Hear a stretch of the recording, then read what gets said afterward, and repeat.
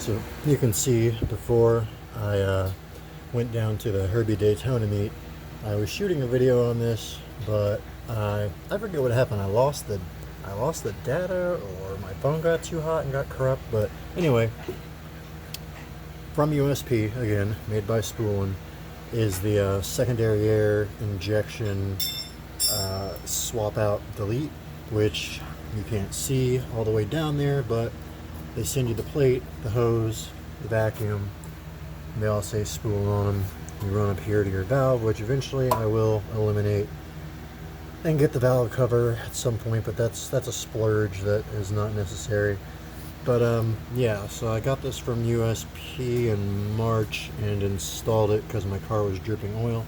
If your car is dripping oil and you know it's not coming from the filter housing or anything like that, I promise you it's your secondary air injection, and you can do it yourself. Pull battery tray, pull off your stock intake or your other factory intake. That's not too hard. I left the throttle body. Once you get down there, there's a linkage you got to pop off for the shifter, and that moves everything out of the way. And then it's basically I think T23, but don't quote me on that. T23, they send them to you. You unscrew yours, pull the whole pump out, slide it out. Now, if you have an automatic, it's a little bit different. You got to do another jingly down there. And this is a 5-speed, so it's a little more simple. Anyway, you pull the pump out, put the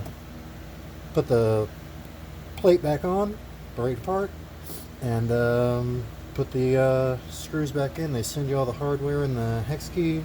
This one it came with a little gasket on the inside, flat gasket. And as far as I could tell, so far, no drips. It's been driven pretty far, and the only thing that's leaked out of it was gasoline, which was my fault and has nothing to do with what we're talking about now.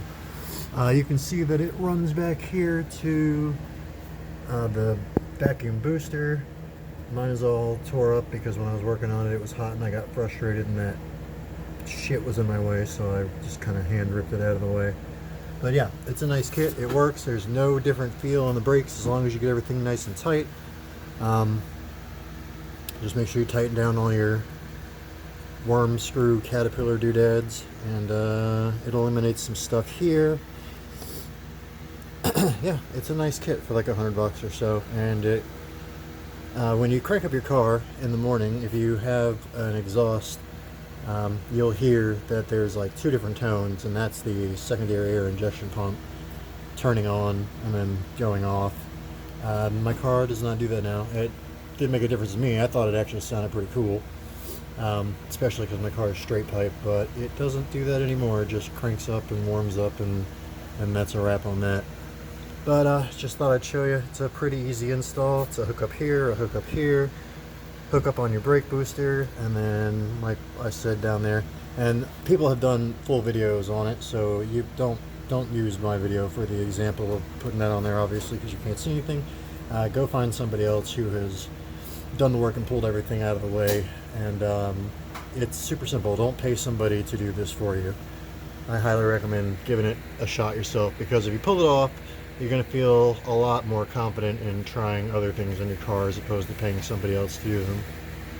Alright, that is it for the Spulen secondary injection block off plate review. 100% love it. Later, taters.